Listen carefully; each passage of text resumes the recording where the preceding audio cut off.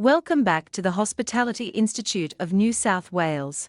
In this second briefing, I would like to outline the essential RCG Post workshop assessment tasks and provide some detail on how to approach these final assessments. Let's dive in. This briefing video is designed to give you important information on how to complete the post workshop assessment tasks. On the screen we can see the learning plan that you have already started working on. By now you should have attended the RCG virtual workshop, and you should have completed the quiz and activities assessment. Now, we can see that our next step is to work through the series of post-workshop assessment tasks. I will take you through each of these modules. Upon review of our learning plan, we can see that we have 2 knowledge tests, a project, and we have 2 role plays to complete. Below that, we have knowledge test learning materials.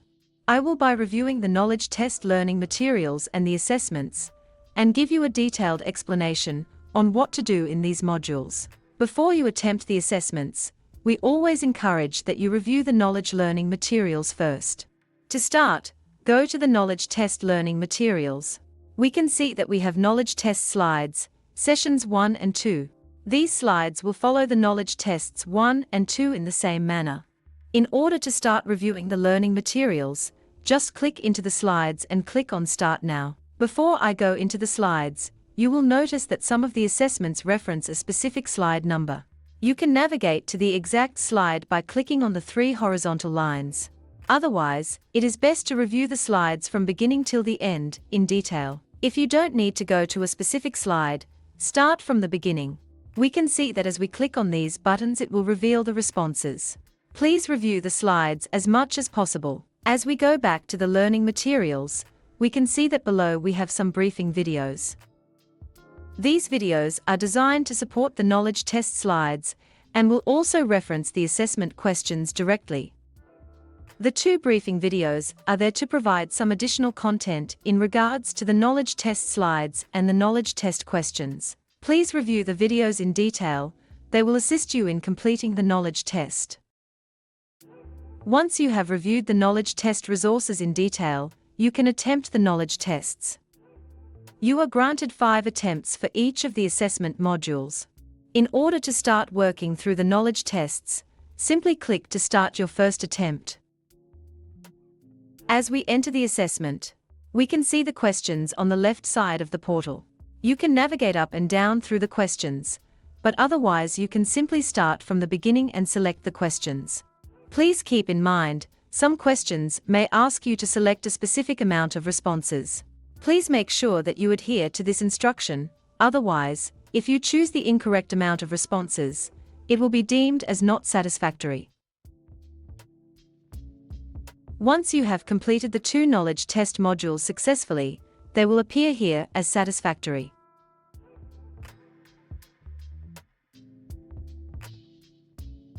The next stage is the project. Just below the knowledge tests, we have a project. In order to begin working on this project, we will need to download a specific file. Please download the RCG Workshop Additional Slides file. You will need it to complete the project. We can see that we have a range of slides which take us through key processes staff will need to complete in a gaming venue. The processes will range from dealing with disputes, how to respond to a customer request for credit or someone asking to borrow money, and the last one is how to deal with a minor that has entered the gaming room. To complete the project accurately, you will be required to place the steps in order, as we see them on the additional slides file. These are processes that you would need to follow if presented with any of the situations noted. In order to start, click on Start Attempt. We can see that the first process that we have is dealing with disputes. All you need to do is reference the additional slides file and put the steps in the exact order, as we can see them in the relevant slides. The order needs to be precise. Please ensure that you review the steps in detail and then move the tiles around so they match the process on the slides. You will follow the same structure for all 3 scenarios referencing the specific slide. As we return to the main learning plan, we can see that just below the project we then have 2 role plays. Let's start with role play 1. Scroll down till you see the scenario. Please read the scenario for the patron named Ruby. Ruby had approached us several days ago and is asking for some information in regards to gambling support services.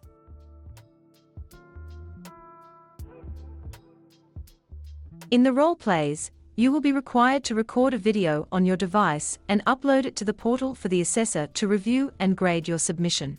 You will need to be recording yourself playing the part of the gaming attendant, speaking directly to the patron, Ruby. This is a simulated roleplay, so you will need to be imagining that you are talking directly to the patron, as if it were a real interaction. You may decide to do this with a friend, yet it can be recorded on your own. Please review the steps provided in the scenario, providing the information and the support that you will give Ruby. To start with, we are approaching and assessing Ruby. So start by introducing yourself. The instructions provide you with the steps that must be followed.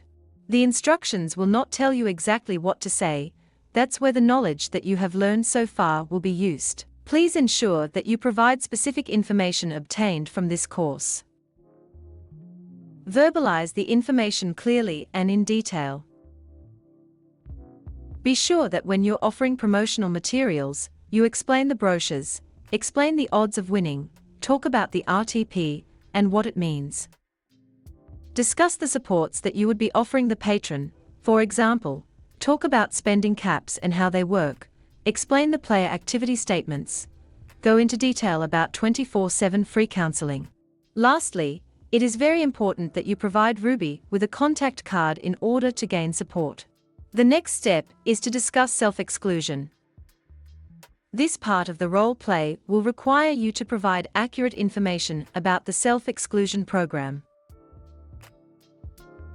To begin with, explain the time frame, talk about the process of signing up at the venue, explain that a contract is available through the venue, and then explain the consequences of breaching the program. Please follow the steps accurately and provide the essential information noted.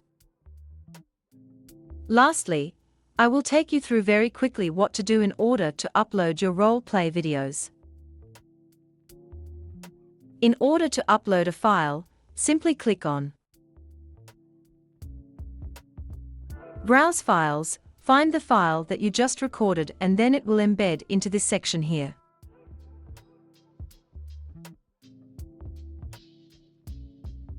The next step is to review roleplay number 2. The steps to get started are similar. To begin with, please download the self-audit checklist provided.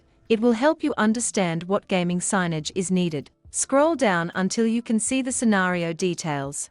In this scenario, we are working as a gaming attendant, and we are providing a briefing to one of our team members.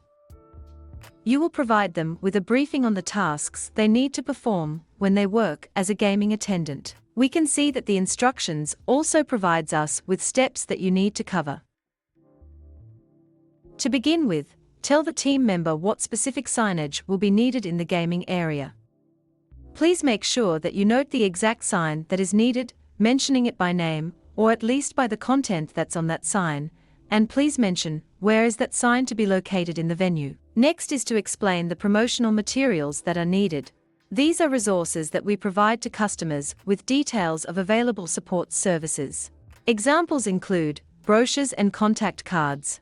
Explain the information that may be helpful on these resources. Also explain where they are to be located in the gaming room. This information must be accurate and detailed.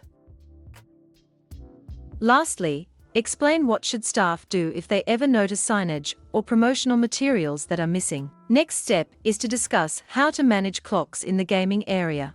We know that they are no longer mandatory, but if a venue still decides to install clocks around the gaming room, what must the team do in order to manage them? Lastly, what strategies can the team follow in regards to encouraging breaks with players? You will find an additional briefing video here that will assist you with this role play. That concludes the briefing of the post-workshop assessment tasks. As we return to the learning plan, we can see that we've covered off on the requirements for the final assessments. Don't panic if you fail your initial attempts. You are granted 5 attempts for each of the assessment modules. Simply review the learning content, then reattempt the question. Please allow at least 24 to 48 hours for grading of these assessments by the team. Please keep in mind that grading is not conducted on weekends. So if you submit your assessments on weekends, it would be reviewed from the next business day, which would be normally on the Monday. Thank you for your attention. That is all the information we need to cover at this point. Please make sure that you check your emails regularly for updates about your scheduled workshop. If you have any questions, please contact the team via the help desk in your learner portal or email the support team.